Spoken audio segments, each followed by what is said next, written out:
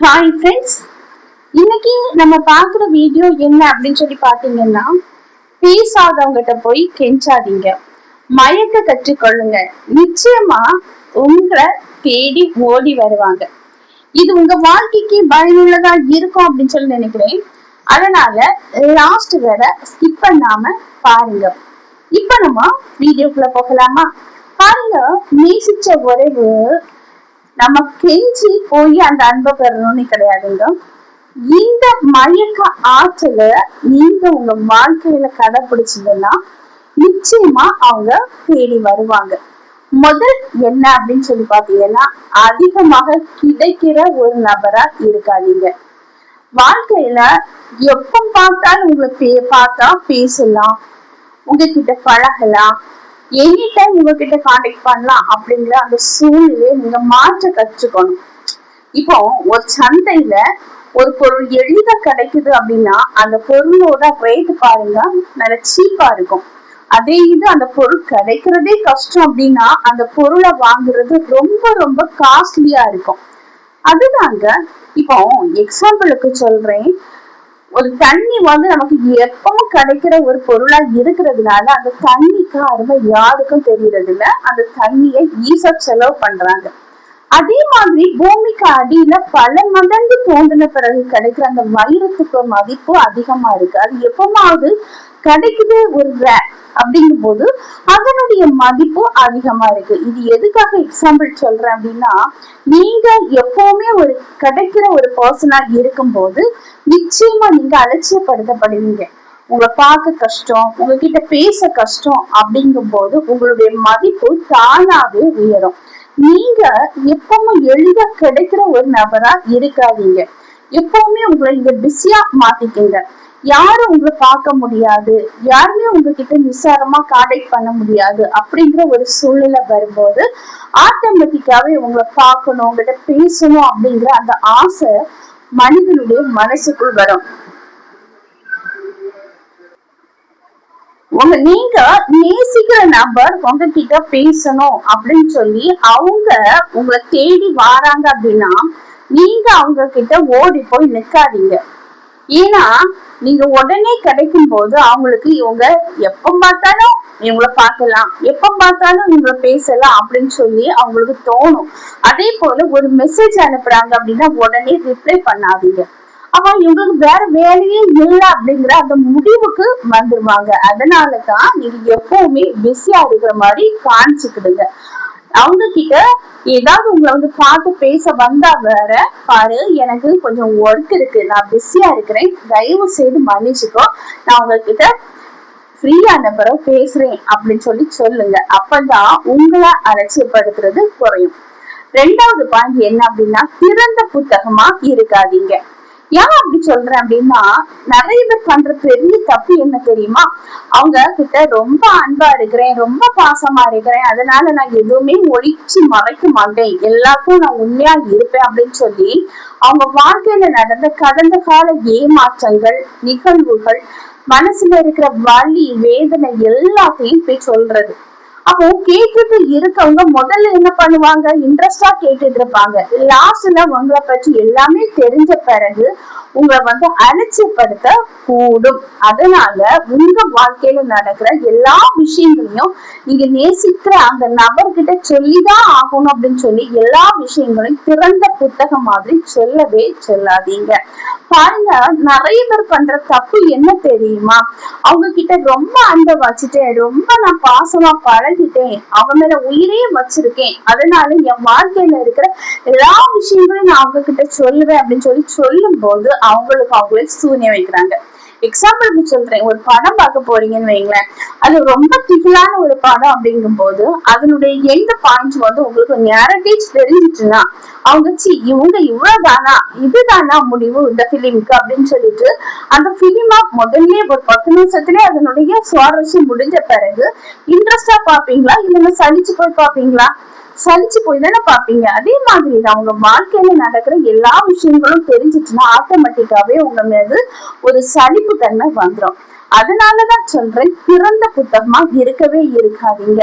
உங்களுடைய லட்சியங்கள், உங்களுடைய கனவுகள், உங்களுடைய வலி என்ன, உங்க வேதனைகள் எல்லாமே உங்க மனசுக்கு மட்டும்தான் தெரியணுமே தவிர உங்களை நேசிக்கிற அந்த உறவுகளுக்கு நான் உண்மையா இருக்கிறேன் அப்படின்னு சொல்லி திறந்த புத்தகமா எல்லாத்தையுமே அவங்க கிட்ட போய் ஷேர் பண்ணிட்டு நிக்காதுங்க. ஒரு மர்ம மனிதனா மாறுங்க. அதாவது எல்லாரும் பாக்குற ஒரு திறந்த புத்தகமா இருக்கவே இருக்காதீங்க. கண்டிப்பா நிச்சயமா உங்களை அலட்சியப்படுத்துவாங்க. மூணாவது பாத்தீங்கன்னா, நீங்க உங்க வாழ்க்கையில உங்களுக்கு உள்ள காதலை விட உங்க லட்சியத்துக்கு முக்கியத்துவம் கொடுங்க அப்படின்னு சொல்லுவேன். இன்னைக்கு என்கிட்ட ரொம்ப அன்பா இருக்கு அப்படின்னு சொல்லிட்டு அந்த அன்பை கொட்டி கொட்டி கொடுத்தா மதிப்பு வருமா? வரவே வராதுங்க. பணம் இல்லைன்னா இன்னைக்கு யாருமே மதிக்க மாட்டாங்க. உங்க லட்சியத்தை நீங்க வளர்த்துக்கணும், உங்க திறமை நீங்க வளர்த்துக்கணும், நீங்க வாழ்க்கையில முன்னேறணும். அதாவது ஒருத்தங்க உங்கள்கிட்ட இருந்து பேசாம விலகி இருக்காங்கன்னா அவங்களே நினைச்சிட்டு நான் ரொம்ப அவங்க மீது அன்பு வச்சிருக்கேன்ப்பா, என்னால அவங்கள மறக்கவே முடியாது அப்படின்னு சொல்லி அவங்க நினைவுகளோட நீங்க சுத்தி தெரிஞ்சுட்டு இருந்தீங்கன்னா பாதிக்கப்படுறது அவங்க கிடையாதுங்க, நீங்க தான். உங்க வாழ்க்கை தான் பாதிக்கப்படும். பாருங்க, நீங்க உங்க லட்சியத்துக்கு முன்னுரிமை கொடுக்கணும். உங்க காதலுக்கு அன்பு இருக்க வேண்டியதுதான், ஆனாலும் உங்க லட்சியத்துக்கு தான் முன்னுரிமை கொடுக்கணும். நீங்க எவ்வளவுதான் அன்பை கொட்டி கொட்டி கொடுத்தாலும் உங்க கையில காசு இல்லை அப்படிங்கும் போது ஆட்டோமேட்டிக்காவே உங்களுக்கு மதிப்பு இல்லாம போயிடும். காசு இருந்தாலும் மதிப்பு தேடி வரும். அதுவும் நம்ம தேடி போன்ற அந்த மதிப்பு ஆட்டோமேட்டிக்காவே அந்த மதிப்பு நம்மளை தேடி வரும்.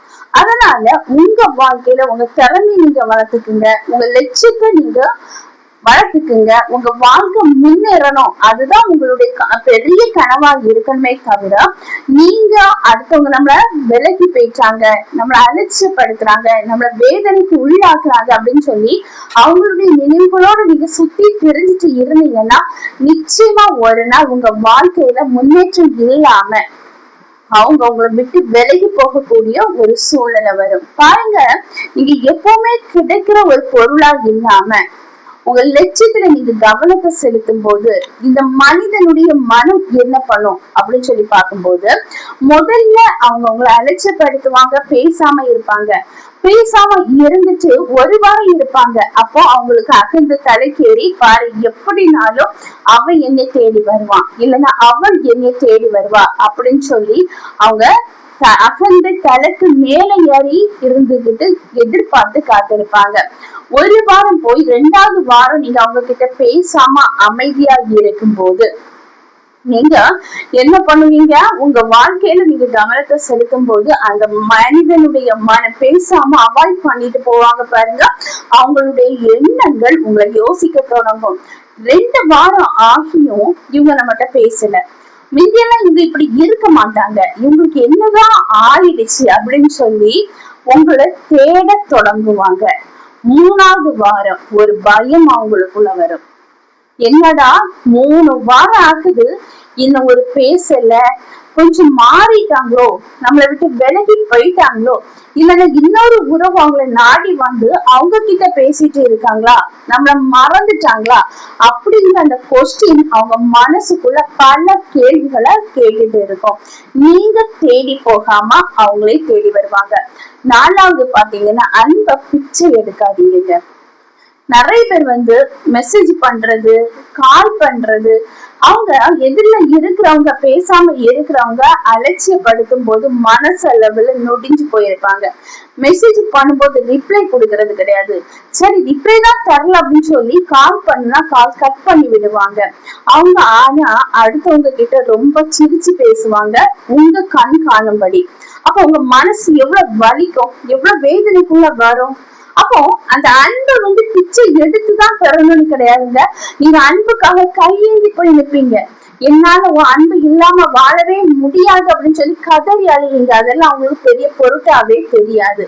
அப்போ நீங்க கிருதறி அழும் போது அவங்க மதிப்பு உங்களுக்கு தன்மானத்தை நீங்க இழந்து போய் நிற்பீங்க. நீங்க கெஞ்சுறதுனால உங்க மேல அன்பு வராது, ஒரு பரிதாபம் வரும். ஆனாலும் அது நிலைச்சு நிற்குமா அப்படின்னா அது எரிச்சலாக மாறும் கொஞ்ச நாளைக்கு பிறகு. தயவு செய்து யாருக்கிட்டையும் அன்பை கெஞ்சி பெறாதீங்க, பிச்சை எடுத்து அந்த அன்பை பெற்றுக்கொள்ளணும் அப்படின்னு சொல்லி விரும்பாதீங்க. உங்க லட்சியத்துல முழு கவனத்தை செலுத்துங்க, வாழ்க்கையில முன்னேறிக்காங்க. நிச்சயமா பேசாம விலகி இருக்கிற அந்த உறவு உங்க மீது அன்பு கொண்டு ஓடி நாடி வரும். ஓகே ஃப்ரெண்ட்ஸ், இந்த வீடியோ உங்களுக்கு பயனுள்ளதா இருக்கும் அப்படின்னு சொல்லி நினைக்கிறேன். நான் உங்களை நெக்ஸ்ட் வீடியோல மீட் பண்றேன். அதுவரை பை, see you. இந்த வீடியோ பிடிச்சிருந்தா லைக் பண்ணுங்க, ஷேர் பண்ணுங்க, சப்ஸ்கிரைப் பண்ணுங்க, பக்கத்துல இருக்கிற ஆல்ங்கிற பட்டனை கிளிக் பண்ணிக்கோங்க. அப்பதான் நான் போடக்கூடிய வீடியோ உங்களுக்கு உடனுக்குடன் அப்லோட் ஆகும். நான் உங்களை நெக்ஸ்ட் வீடியோல மீட் பண்றேன். அதுவரை பை, see you.